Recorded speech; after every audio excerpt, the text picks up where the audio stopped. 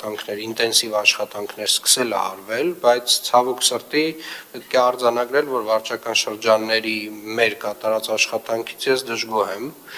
եմ մի քանի պատճառներով։ Առաջին հերթին իմ կարծիքով մենք բավարար չափով ջանք չենք գործադրել, որպեսզի մասնավոր տնտեսվարողները, ովքեր ունեն պարտականություն, իրենց դիմացի հատվածներում ձնամաքրման աշխատանքներ իրականացնելու համար այդ աշխատանքների մասին տեղեկացված լինեն։ Ինչի չենք կատարել, ինչն է հիմքը, որ կարող եմ սա պնդել, որովհետև մենք ունենք վարչական շրջաններ, ովքեր որ բացարձակապես որևէ վարչական տուգանք այս հոդվածով չեն գրել այս շրջանում։ Դրանք 4-5-ն են։ Եվ չկա դրան բացատրություն։ Կիևյան փողոցից 2 օր առաջ եղբորս հետ դուրս եմ գալիս իրենց շքամուտքից, այդտեղի խանութի տերը մաքրում է դիմացի հատվածը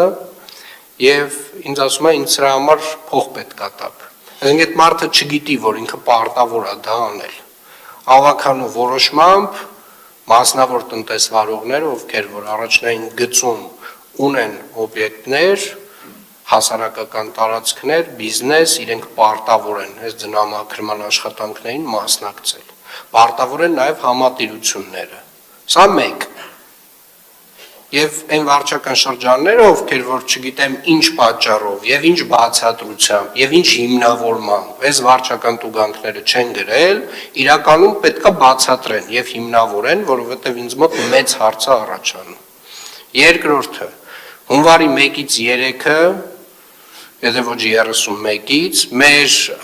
վարչական շրջաններին հատուկ մի 2 տարի առաջ քննարկեցինք, հատուկ աշխատակիցներ առանձնացրեցինք, որպեսզի վարչական շրջանները ունենան գործիք աղբահանության մաքրման հետ կապված աշխատանքները պատշաճ իրականացնելու եւ նմանատիպ դեպքերում մայթեր, բակեր եւ մնացյալ այլ տեղերում, երբ որ ձյուն է գալիս, ունենան այդ ներուժը որոշ չափով աշխատացնեն այդ մարդկանց, որպեսզի ծայրահեղ խնդիր չունենան։ Ես 1-ից 3 քեզ մարդիկ տուն են եղել։